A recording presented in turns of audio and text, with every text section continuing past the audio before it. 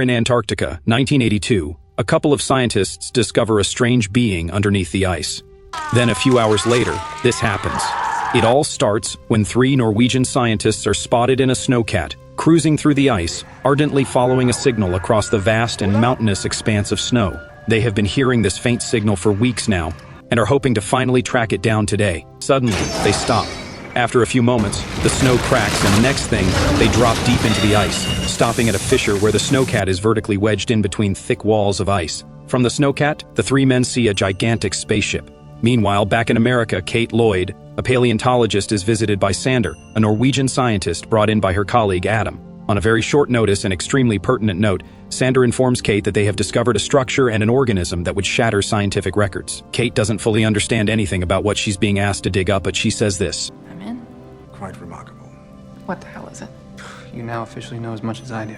Hours later, Kate and Adam, along with other passengers, Carter, Sander, Jameson, and a few others, board a chopper heading to a lab in Antarctica. Carter seems to fancy Kate and asks if she can help him out with information on how the Cavaliers are going. It's an awkward conversation meant to woo Kate, who says this. Sorry I couldn't help you. That's all right. The crew arrives at the Norwegian camp, and immediately after touchdown, a snowcat is prepared to take the crew to the site where they've been asked to dig up the creature. After a few minutes' drive, they arrive at a snow cave inside which they find Edvard and 2 members of his research team, Carl and Juliet, both geologists. After formal introductions, Edvard shows Kate and her crew a full view of the top of the spaceship, buried inside the ice. Just a few distance from the ship, they show Kate a strange-looking alien organism buried inside the ice. Kate is stunned. She has never seen something like this in all her years of research. They return to the camp where analysis begins. Considering that the ice is dense and not in a fracture zone, they think they can get it out in one piece. We're talking about roughly 6 by 12 feet, 3.5 feet high. They believe this would take most of a day. Sander doesn't want any piece of information on this subject matter leaving Antarctica. The following day, the organism is removed and taken back to the camp where it is kept in a wooden room but still encased in the ice block. Sander wants to take a tissue sample, but Kate objects, saying that they'll need to do sterilization, then adopt other precautionary measures before taking samples. Just outside the room, Sander confronts Kate. Don't contradict me in front of those people again. Minutes later, they use a drill to carve a hole into the ice, enabling them to obtain a frozen flesh sample from the organism, placing it in a petri dish. Very good. A couple of hours later, inside the camp's rec room, a small party is ongoing, during which Sander marks the realization and discovery of aliens. He is proud of their achievements, but then as he speaks, the organism begins to move as the ice melts. While everyone is partying and relaxing, Jameson, who just stepped out of the bathroom, hears a strange sound which prompts him to quietly go into the wooden room. Everything looks fine. He touches the surface out of curiosity and then... BOOM! Jesus! It's Lars. When Lars leaves, the alien breaks out of the ice and jumps through the ceiling. The party is still ongoing. Jameson races back and informs the crew that the alien is alive and has escaped. When they arrive the wooden room, Jameson is in fact correct. They immediately gear up to search in groups of 2 and 3. This will be one hell of a night. A pair of the search team goes to the dog's kennel, where they find a massive hole in the wall with a lot of blood and some fur. The alien has consumed the Alaskan Malamute in its cage. This would be a good time to run, but no, they decide to keep searching. The second team, consisting of Henrik and Olav, who find the alien under one of the camp's buildings, resembling a very large beetle. It immediately kills Henrik, and by the time Olav calls out for help, the alien begins feeding on Henrik. What a disgusting sight. Carter and Lars open fire at the creature, and when it attempts to escape from the building, the team douses it with kerosene and sets it ablaze. They immediately put out the fire, but then Henrik is gone. It's a horrible tragedy. The team goes back inside and are all dazed by the incident. Juliet is in tears, considering Henrik left behind 2 small children. Sander suggests they examine the remains of the creature before it disintegrates. Olav is being treated but actually looks very sick. Carter wants them to destroy the creature completely. He offers to fly Olav back to a military hospital in the morning. Sander wants the team to seize the opportunity because this may be their only chance to study the alien. Despite Carter's warnings, Sander has the burnt remains of the thing brought back inside the camp. He asks Kate to help him out, and together, they autopsy the creature, only to find the upper half of Henrik's body. On a very close observation, Kate comments that Henrik's skin looks almost new. She quietly pulls out a metal piece and asks what it is, and she is told that Henrik had a titanium bar fixed in his arm to help stabilize a fracture, but then she asks, So if this was in his arm, what's it doing out of him now? And it appears it was absorbing him. You need something? No, I'm okay. Deep into the night, Kate and Adam take a closer look at the cells of the alien, under a microscope. They discover that not only are the cells still alive, but they are also overtaking Henrik's cells and replicating them. Carter tells Kate that they're leaving. Olav is acting strange. He boards the chopper with Jameson, Griggs, and Carter. Before they take off, Kate sees something bloody on the floor and picks them up with a napkin. It's 4 bloody silver dental fillings. She then looks in the shower and sees a lot of blood but finds no one inside. Just when the chopper takes off and is in the air, Kate races outside and draws their attention, asking them to descend immediately. Just get out of here, man. We shouldn't leave. Carter ignores Jameson and decides to land the chopper.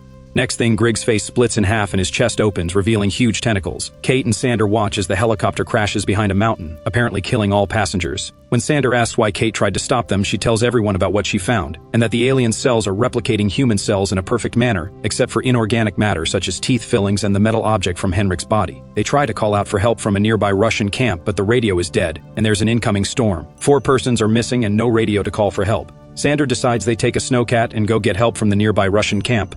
But Kate doesn't think it's a good idea because no one should leave the camp until they understand what exactly is going on here. They ignore Kate's warning and leave for the nearby Russian camp. When Kate returns to the bathroom, she can't find the blood she saw earlier. Juliet stays behind with Kate and tells her that she saw Colin, another member of the team, with a rag coming from the bathroom. They decide to stop the team from leaving camp, but first need a key to the snowcat. They go into a room in search of the keys, and while Kate looks inside a drawer, Juliet transforms into the alien and attacks her. Kate takes off. She watches as the creature stabs another Norwegian, then she shuts the door. When Adam and Lars arrive, Lars, who has a flamethrower, opens the door and finds Juliet absorbing the body. He blasts them with fire and further burns it outside, watching it as it roasts. Kate tells them that the thing is like a virus. It copies humans after they must have come in close contact with its blood. Adam suggests they quarantine each person in the team so as to isolate and destroy the alien. Later that night, they see 2 people approaching from a distance. It's Jameson and Carter. Thinking that they may have survived the crash because of exposure to the thing, they are locked up in quarantine. Meanwhile, Adam and Sander work in the lab while Lars and Kate disable all snowcats. Lars shows Kate a stash of grenades. At first, they agree to adopt a blood test, but then, Kate suggests that there might be another way to tell if any of them have been infected. She gets a flashlight from Peter and asks Lars to open his mouth. He has fillings, and so he's not infected. Every single person, including Kate, is eliminated from being a suspect, except for Sander, Edvard, Colin, and Adam, who do not have fillings in their teeth. They are immediately held at gunpoint. Kate asks Lars to go get Jameson and Carter. Together, Lars and Jonas approach the building holding both men, but they're nowhere to be found, having escaped through a hole in the door. Lars chooses to go after them, and is pulled in by someone. Jonas returns to the crew, and reports that Carter and Jameson have killed Lars. An argument begins as they accuse each other of being infected. A loud sound is heard, and when they approach, it's Carter and Jameson. While everyone yells at Peter to kill them, Jameson pulls the trigger, and moments later, Peter's flamethrower explodes. Carter and Jameson now have command authority, and so, Carter orders everyone into the rec room. Edvard is severely injured from the blast.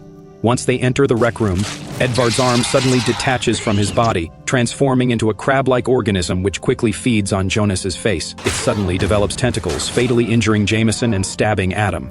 Kate and Carter attempts to use the flamethrower, but it won't work. The tentacles melds with Adam, then Jameson opens fire but is brutally injured by the creature. It quickly develops legs and crawls up to Adam, then begins to meld with him, merging his face with Edvard's. Before Kate can blast them with fire, it escapes. She then kills Jonas along with the arm organism. While Kate and Carter hunt for the creature, it finds Sander hiding behind a desk and quickly attacks him.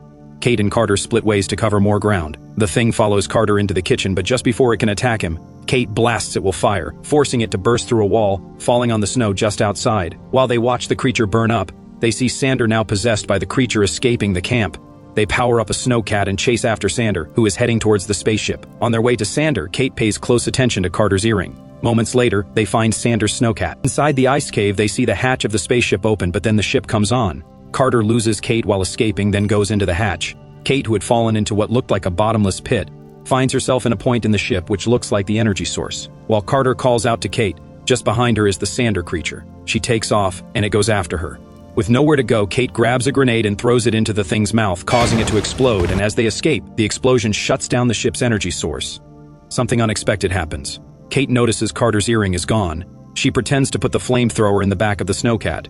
Kate tells him that he has no earring on, and that's the only way she could tell he was human before. She immediately douses him with fire, and as he burns, he screams out in an inhuman tone. Kate leaves the area without looking back, riding towards the often-mentioned Russian camp. A helicopter lands at the Russian camp, then the pilot sees Colin frozen, with his throat slit, as well as his wrist. When the pilot calls out, Lars opens fire. He's the last human uninfected, except for the Alaskan Malamute, which he immediately chases down the ice.